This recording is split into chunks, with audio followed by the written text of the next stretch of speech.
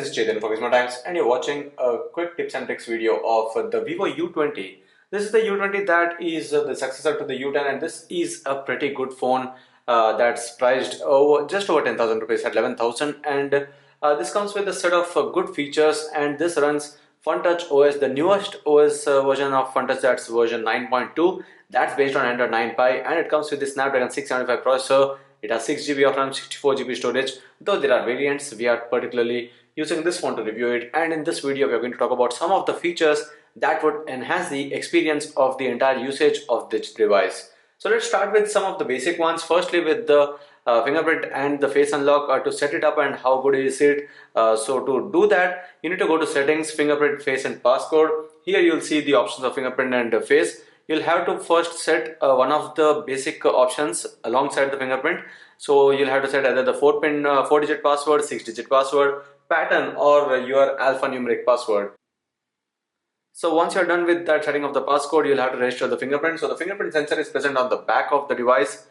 You'll see the registration, multiple taps are required, and once you do that, you'll be again needed to scan the fingerprint edges. So you'll have to keep placing it with the edges as the focus here, and the registration was pretty quick. Now let's see how fast is it in unlocking the device. So here's the unlocking now. So as soon as you place the finger, the phone is being unlocked, and it works pretty well here. So not just that, we'll also see if it works the other way around, if it works 180 or 360 degrees. It does. So there's no issue in the usage of the fingerprint here. Now let's also test out the face unlock. That's the second option here. So for the face unlock, the backup password is anyway being asked first, and then you'll have to set it as unlock. And these are some of the disclaimers that your facial recognition is not as secure as fingerprint. And you can see I was just talking and the registration is already done. And now let's see if it works well or not. Also, you have the option of stay on lock screen after unlocking, which I won't prefer, because if I'm actually using face unlock, I would rightly want to go to the home screen, but it depends on user to user. Some users would want to stay on the lock screen just to see the notifications, and even for that you need some authorization, so face unlock would work there. And if there is a dark light condition, the screen will light, that's where the screen would brighten itself, and that is with the face unlock options. Now let's turn on the face unlock now. So this is the face unlock that's working here. You can see that it's pretty accurate and pretty fast here. And next thing about the settings here is about the display. So you have a full HD plus display, unlike the HD plus that are present on the Vivo U10. So under the display options, you have a couple of very important modes. Firstly, that is the dark mode. Dark mode here is much more better than what you see as the dark modes on the other phones. The reason for that is here it's integrated with several apps that are third-party apps as well. So you can turn dark mode here on, and as soon as you turn on the dark mode here, you can see that the entire interface has become dark. Not just this, now let's go to some of the applications which are very well supported. Even under albums, if you go here, everything is under dark mode. Most of the apps that are from Vivo itself under the FunTouch OS, that are going to be supporting this one, so it would work great. Even things like the Google Assistant, those things, even the quick settings section, everything has turned dark. And that not just saves battery in AMOLED displays. This is not AMOLED, so here it's not a lot of difference, but it actually helps to use dark mode, and it is less straining to your eyes. So dark mode is a very well integrated feature here, and you can actually schedule it to turn on every night if you want. After sunset, that's when you can set it up from 10 p.m. to 7 a.m. or any time that you want to have it automatically turned on. You can do that as well here. Next is about the color temperature adjustment. So there are people who sometimes feel that the content on the display is a bit more warm than they wanted it to be, or a bit more cooler. Warmer is being a bit more yellowish, and cooler is a bit more bluish. So you can set that up here. By default, it's in the midst of it, or you can go cooler or warmer. So that depends on what your preference is, and sometimes based on the content that you're watching, you want the temperature to be adjusted. So you can do that right from the display settings here under the color temperature adjustment. So these are very two important features here. There's also the eye protection mode, which you might know of. If not, here's what it is. So once you turn this on, you'll see that things have become a bit more warmer. What happens here is that if you are someone who uses phones a lot in low light conditions at night before you sleep, whenever the screens have cooler displays, that's when it's a bit more cool, it is a straining a bit to your eyes and can also cause visual fatigue. that is some disturbance in your sleep or improper sleep is the result of it. So here you can set it to be warmer. The more warmer it is, the better it is to use in low light conditions. So this is the eye protection mode, which you can turn on from the display settings and display and brightness settings in the Vivo U20. Next is to clean up the storage. So you have the micro SD card slot for the expanded storage, and everything is all well given here. But in case you still want to keep cleaning the internal storage of the device, there's a direct option given under the iManager application. Some of you might usually miss these kind of features, but if you go into the iManager, you have all this set of features. Here the first one is to clean up the space. So what the space cleanup does is it would track all of the major applications such as WhatsApp, the Line app, video cleanup is present, audio cleanup, and duplicate files, photo cleanup. So these are some of the files that you usually miss out, and you feel like the phone is using more storage unnecessarily. So you can actually clean them up directly from here if you are someone who's using the phone and has a lot of junk in your WhatsApp. Or you also have a trash. In trash, most of the files that are deleted already, they stay there for a certain amount of time before they get deleted automatically. But you can also do that here. You can clean that up, and a lot of storage is gone from there. So if for these kind of applications, if you have WhatsApp and it has files which are unnecessary, it would let you know here, and you can also delete that here. Duplicate files, these are some of the duplicate files. You can delete all the files from here. So this is a pretty handy tool and a handy feature here under the iManager application. Next one is the Kids mode, which is quite an interesting mode and an important one. So Kids mode is a separate application given under the Vivo U20 under the Fun Touch OS, where you have these kind of features that's anti-addiction. So limit usage time, you can limit the duration of each use, and also the total usage duration in a day for a single app. And you can also view the usage that your kid has been using. And there's also eye strain prevention, where the phone brightness control screen light will be softer in kids mode. And this is a good thing because usually kids like all the flashy stuff and the brightness they want is to be high, but that's not good. So also the poor posture reminder, the phone will send a posture reminder when your child is using a phone lying down. This is by using the sensors. So another great feature there. So there's also practical features added there. If you verify the locked in passcode, now you can have this kids mode activated. You can add apps from the settings. Now I'll use the fingerprint, and I can manage the applications from here. If I want my kid to use some applications such as YouTube Kids is not available here right now, but I can add that here. So now if I go back, you'll see that these are the only applications that I'm allowing my kid to use. And now I can go here and also go to the settings, and you'll see these kind of things like time limit for each use. For every application I can give 30 minutes, or for the entire kids mode I can give them the usage for about 30 minutes, and after that the phone gets locked and they can't unlock it and they cannot use it.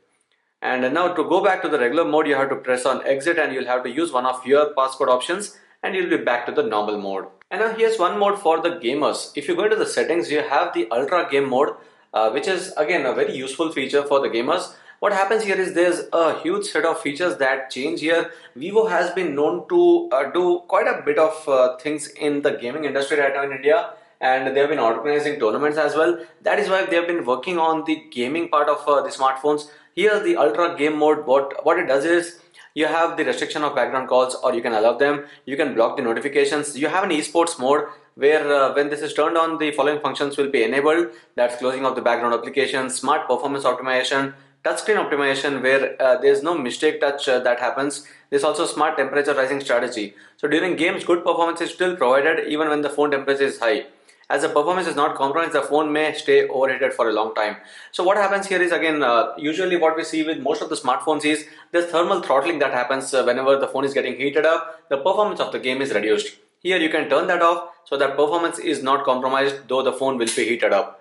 So that is one compromise you might have to go with, but again the performance is not going down there. And there's also off-screen autoplay.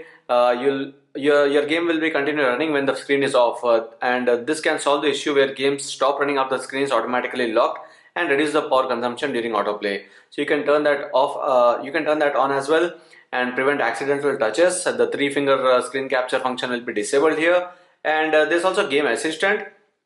So there's this sidebar that will come up whenever you are playing, and that sidebar again has a few options for you to easily enable disable notifications. Now you can add games here based on the list you have in your smartphone, based on the game list, and you can add or remove the games where you want the ultra game mode to be turned on or off. This is quite an interesting and very useful mode, and there are a very good number of set of features that you can take advantage of for a better gaming experience on your Vivo U20. Now let's talk about some of the gesture features, or some of the features that would enhance the usage experience of the interface itself. For that, you need to go to the shortcuts and accessibility under the settings. Here what you see is the smart motion, smart click, easy touch options. Under smartphone motion, again you have a set of features. Shake to turn on flashlight on the lids lock screen or standby interface. Shake the phone to turn on the flashlight when the screen is off. Apart from that, you have the smart wake feature where again you have a set of different gestures that you can use. Slide upward to unlock, slide downward to take a photo, draw C to launch the dialer, draw M to play music, draw E to launch browser. So these are a few things. Let's try one of them at least. Draw C to launch dialer. So this is the C that we have drawn, and it would take you directly to the dialer. And these are the kind of smart wake features. If you draw up, it would actually unlock the phone for you. Slide downward to take a photo. So if I slide downward, it would actually take the camera application and turn on and take a photo for you.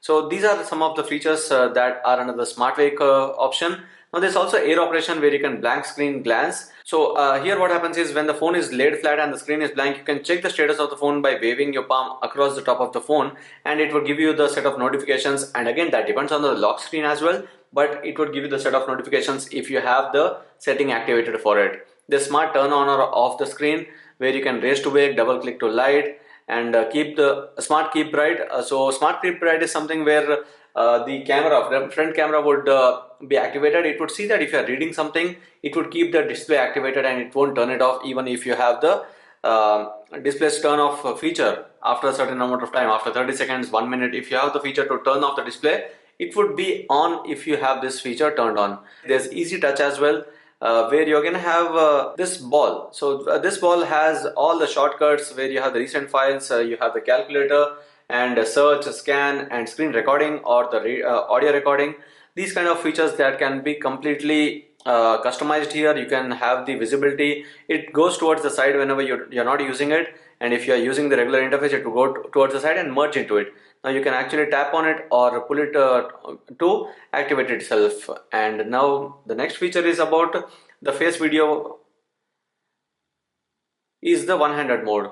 And the next feature here is the one-handed mode. Here what happens is you have this activated for either the keypad or for the password keyboard and pattern. So what happens here is again to access the one-handed mode keyboard using the gesture is slide inward from the outer edge of the screen to zoom out the keyboard and pattern. There's also access mini screen using gesture. So you can bring the small screen out by sliding inward from the edge of the screen and then sliding out of the screen. So this is how you do it. It would actually turn on the one-handed mode, and one-handed mode is actually easy. Now I don't have to use my other hand. I'd use the single hand and actually do anything that I want, and it makes the interface smaller. This is not good always, but sometimes when you are having a second hand busy for writing something down and you want to quickly go through the interface, so you have a pen on your other hand, you want to use something like this, that's the one-handed mode. And to deactivate it, you just have to turn this off and it would go back to the normal interface. So these were the major tips and tricks of the Vivo U20 smartphone that runs the FunTouch OS based on Android 9 Pie. There's also the Game Center. There are some of the other features as well. If you had gone into the iManager, you can see there's security detection, data monitor, app manager as well, and you can uninstall apps from here. APK management can be done, but these are all basic features. What we try to show you here are some of those that would enhance your user experience, your day-to-day usage with the smartphone, your gaming experience, your security of the device. So those kind of things are all what we covered under the tips and tricks of the Vivo U20 smartphone. So I hope you like this video. If you do, share and subscribe to Gizmo Times for more. Thanks for watching and see you on next video.